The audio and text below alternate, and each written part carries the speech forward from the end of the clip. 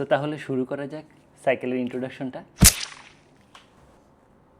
So first of all ডিজাইনটা খুবই ভালো লাগছে, কারণ ডিজাইনটা হচ্ছে একটা ক্লিন অ্যান্ড স্পোর্টি লুক আছে বাইকটাতে। সো এবং যেই এটার ফ্রেমটা হচ্ছে অ্যালুমিনিয়ামের 6061 and this is like steel বাইকের মতো অত হেভি না, এটা খুব ভালো। মানে সাইকেল চালানোর সময় আমাদেরকে অনেক জায়গাতেই মুভমেন্ট করতে হয়, সো অত হেভি না সাইকেলটা only I think 14.1 KG, like 14 KG around.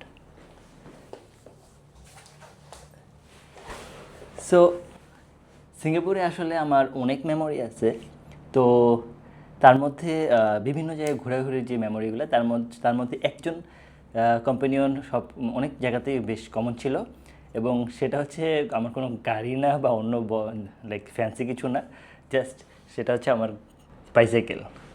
So আজকে চিন্তা করলাম আমার বাইসাইকেল সিরিজ শুরু করার আগে প্রপারলি আমার সাইকেলের সাথে ইন্ট্রোডাকশন করাটা খুব দরকার। সো আমার সাইকেলটা হচ্ছে রিভারসাইড 500 একটা বাইক। সো এটার মডেলটা হচ্ছে রিভারসাইড 500। সো আমি বাইকটা কিনেছিলাম হচ্ছে ডিক্যাথলন থেকে, এবং কেনার সময় আমার রিকোয়ারমেন্ট খুব সিম্পল ছিল যে আমি পিওর রোড বাইক চাই না, আমি আবার হেভি মাউন্টেন বাইকও চাই না। আমি এমন একটা বাইসাইকেল চেয়েছিলাম যেটা দিয়ে সিঙ্গাপুরের নর্মালি আমি কমফোর্টেবলি ঘুরতে পারবো, পার্ক কানেক্টরে যেতে পারবো, এবং মাঝে মাঝে একটু রাফ এরিয়া বা সারফেস হলেও যাতে সমস্যা না হয়। সো সেক্ষেত্রে আমার জন্য অলওয়েজ হাইব্রিড বাইকটা আমার পছন্দ ছিল। সো আমি এই জন্য হাইব্রিড বাইকটাই চুজ করেছি।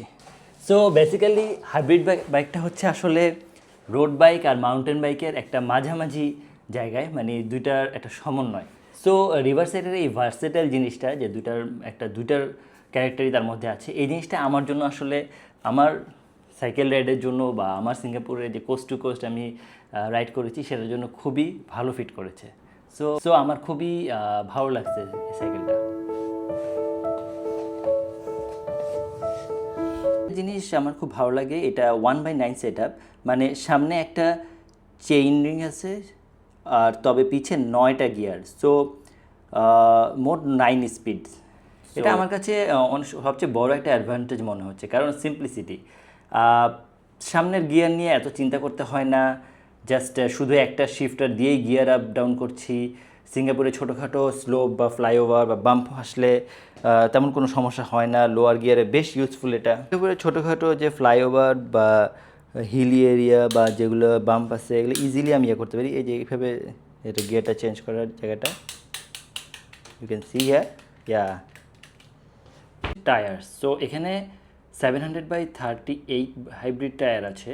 আমার মনে হয় রিভারসাইড 500-এর ক্যারেক্টারটা সবচেয়ে বেশি বোঝা যায় এর টায়ার থেকে, কারণ রোড বাইকের মতো একদম স্কিনি না, আবার মাউন্টেন বাইকের মতো একদম ম্যাসিভ টায়ারও না। সো নর্মাল রোডে বেশ ভালো রোল করে, আবার পিসিএন বা স্লাইটলি রাফ সারফেস হলেও খুব একটা বেশি সমস্যা হয় না, ভালোই কনফিডেন্স পাওয়া যায় সাইকেল চালানোর সময়। সামনের চাকাতে আপনারা দেখতে পাচ্ছেন যে ডিস্ক ব্রেক আছে। সো এটা বেশ ইম্পর্টেন্ট, কারণ সিঙ্গাপুরের লাইক ওয়েদারটা কোনো ঠিক ঠিকানা নাই, যে কোনো সময় এখানে রেইন শুরু হয়ে যায়। সো এই ডিস্ক ব্রেকটা খুবই ইম্পর্টেন্ট এবং আমার খুব হেল্প করেছে এটা। অবশ্যই আমাদের যেই লাইট ওয়েট রোড বাইকগুলো আছে সেগুলোর মতো অত লাইট না, বাট ম্যানেজেবল, আমার কাছে সমস্যা হয়নি। দিস ইজ এই যে 500 রিভারসাইড ওদের সাইনটা, আর এই রেড কালার যে স্ট্রাইপটা, এটা আমার খুব ভালো লাগে, মানে এটা একটা অন্যরকম ভাইব নিয়ে আসে সাইকেলটাতে। এখানেও একটু রেড কালার স্ট্রাইপ দিচ্ছে ওরা, এই যে এই পাশে, অ্যান্ড এই পাশে আমরা দেখতে পারতেছি তাদের আরেকটা ছোট্ট রেড কালারের stripe. So comfort actually comfortable, ভালো লাগছে সাইকেলটা। সো রিভারসাইডের যদি কমফোর্টেবলের কথা বলি, এই জিনিসটা আমার খুব ভালো লাগছে, যে কারণ আমি তো কোনো রেসিং করতেছি না, সো আমাকে খুব বেশি ব্যান্ড হতে হয় না, আমি জাস্ট ইজিলি কমফোর্টেবলি বসে সাইকেলটা চালাতে পারি, এবং এটা লং রাইডের জন্য ভালোই লাগছে, আমার কাছে খারাপ লাগে নাই। সো একটা ইম্পর্টেন্ট বিষয় হচ্ছে, আমি যেহেতু ঘুরতেছি, এক্সপ্লোর করতেছি, প্লাস কিছু ভিডিও করতেছি, সো এখানে যে বসার পজিশনটা অ্যাকচুয়ালি খুবই ইম্পর্টেন্ট ছিল আমার জন্য। এই আপরাইট পজিশনে যদি আমি বসে এভাবে আমি চালাতে পারি, সেক্ষেত্রে আমার জন্য চারপাশটা এক্সপ্লোর করা বা ভিডিও করা খুব ইজি হয়। সো ফর পজিশন আমি এটাকে অবশ্যই 8 আউট অফ 10 দিব। আমাকে যদি এই 4-5 মাস চালানোর এক্সপিরিয়েন্সটা কেউ বলতে চায়, সেক্ষেত্রে আমি বলতে পারি যে কয়েকটা মানে পয়েন্ট নিয়ে বলা যায়। জাস্ট আমার কাছে খুবই ভালো লাগছে, মানে একদম যে আপনি 10-এ 10 দিবেন তা না, বাট 10-এ 8 দেওয়ার মতো। সো আমি যদি আমার এক্সপিরিয়েন্সটাকে বলতে চাই, তাহলে এখানে কয়েকটা পয়েন্ট বলা যায়। যে নাম্বার 1, যে এই যে আমি পুরা কোস্ট টু কোস্ট সার্কেল করছি, সিঙ্গাপুরের পুরা রাউন্ড একটা আমরা চালাইছি, আমি আর আমার পার্টনার সাজু ভাই। সো এই যে উঁচু নিচু বিভিন্ন জায়গায় নর্মাল খুবই স্মুথ ছিল, বিভিন্ন জায়গায় উঁচু নিচু ছিল, বা হিলি এরিয়া, সিঙ্গাপুরে হিলি এরিয়া আছে। সো আমার কাছে খুব কমফোর্টেবলি আমি চালাইছি, কোনো সমস্যা হয়নি। আর নাম্বার 2 বলবো গিয়ারটা যেহেতু খুবই সিম্পল, জাস্ট একটা প্রেস করে গিয়ার চেঞ্জ করা যায়, এটাও আমার কাছে খুব কমফোর্টেবল লাগছে, ইজি লাগছে। কারণ এত সাইকেল চালানোর সময় যদি গিয়ার কোনো সমস্যা করে তাহলে আসলেই খুব ঝামেলা। আচ্ছা, এটা একটা। আর সিটিং পজিশন নিয়ে বলবো, এটা সবচেয়ে বেশি সিটিং পজিশন ইয়া লাগছিল যে আমি খুব কমফোর্টেবল ছিলাম। কারণ অ্যাকচুয়ালি আমি ওইভাবে সাইকেল ব্যান্ড হয়ে যেটা রোড বাইকগুলো এটা চালানো খুব বেশি অভ্যাস নেই। সো আমি চেয়েছিলাম যে এমন একটা বাইক যেটা আমি জাস্ট নিয়েই পুরা সব জায়গায় ঘুরতে পারবো সিঙ্গাপুরে। কারণ আমার পজিশনটা খুব ইম্পর্টেন্ট ছিল, এই জন্য আমার কাছে মনে হচ্ছে পজিশনটা আমার কাছে খুব ভালো লাগছে এই বাইকের। আর যদি নাম্বার 4 আপনি বলতে পারেন যে টায়ারও খুব কমফোর্টেবল ছিল, খুব বেশি ঝামেলা করে নেই, খুব বেশি ভালো কনফিডেন্স পাওয়া যায় সাইকেলটা রোল করার সময়। আর আর ভ্যালু ফর মানি অবশ্যই আমার কাছে মনে হয়েছে যে আমি যখন সাইকেল কিনছিলাম, সো তখন একটু যাই হোক প্রাইসটা বেশি মনে হলেও চালানোর পরে মনে হচ্ছে না, এটা অ্যাকচুয়ালি ভ্যালু ফর মানি, খুবই ভালো লাগছে। সো সব কিছু যেমন একটা ভালো দিক আছে, আবার কিছু লাইক ডিসঅ্যাডভান্টেজ আছে। সো এটা ডিসঅ্যাডভান্টেজও আছে অনেকগুলা। যে প্রথম হচ্ছে এটা হচ্ছে 14 কেজি। সো নর্মালি ফ্ল্যাট সারফেসে আপনি তেমন কিছু বুঝতে পারবেন না, কিন্তু যখনই আপনি উপরের দিকে যেতে থাকবেন অথবা আপনাকে সাইকেলটা ক্যারি করতে হবে, অনেক সময় স্টেয়ারে ক্যারি করতে হয়, তখন এটার হেভিনেসটা বোঝা যায়।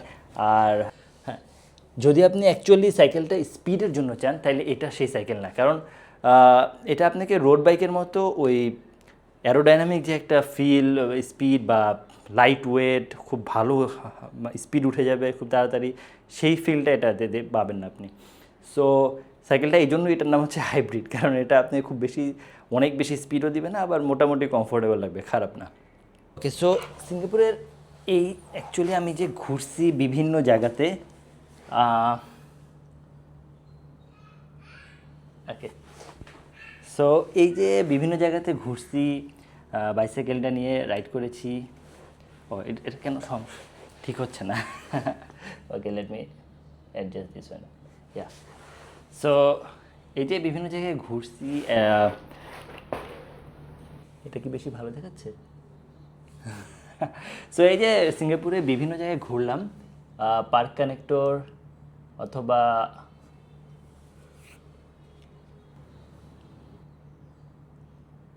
ওকে, সো আমি এই যে সিঙ্গাপুর কোস্ট টু কোস্ট ঘুরেছি, অ্যাকচুয়ালি পুরো সিঙ্গাপুরে বিভিন্ন পুরো রাউন্ড আমি ট্রিপ দিছি আমরা দুজন, আমি আর সাজু ভাই।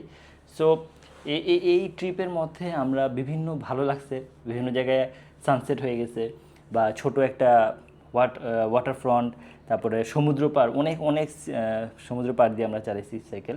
তো সেই এক্সপিরিয়েন্সগুলো তো অবশ্যই শেয়ার করব। সো সেগুলো খুব ভালো ছিল।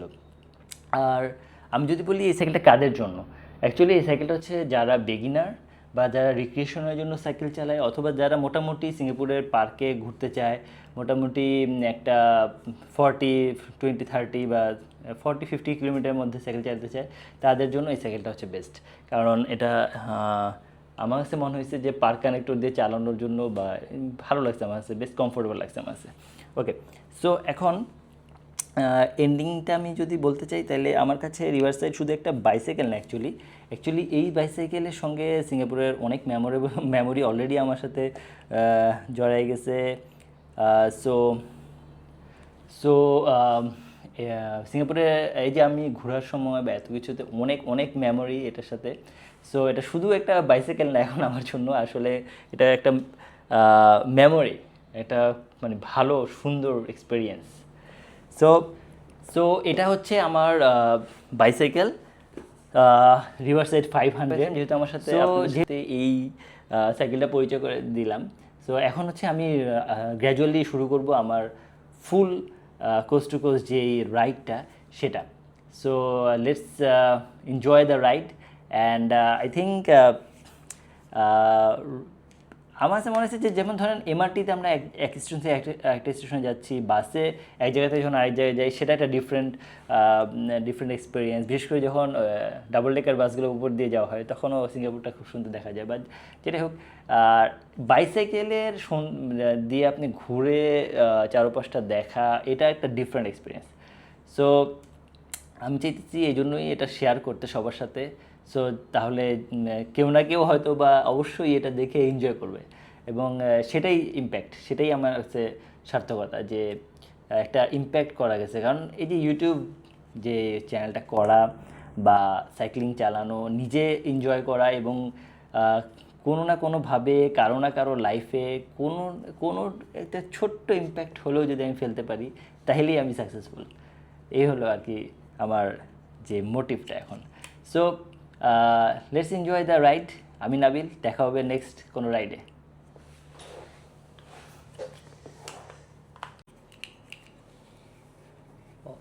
না, চিন্তা করলাম যেখান থেকে শুরু করছি সেখানেই শেষ করি। ওকে, বাই বাই।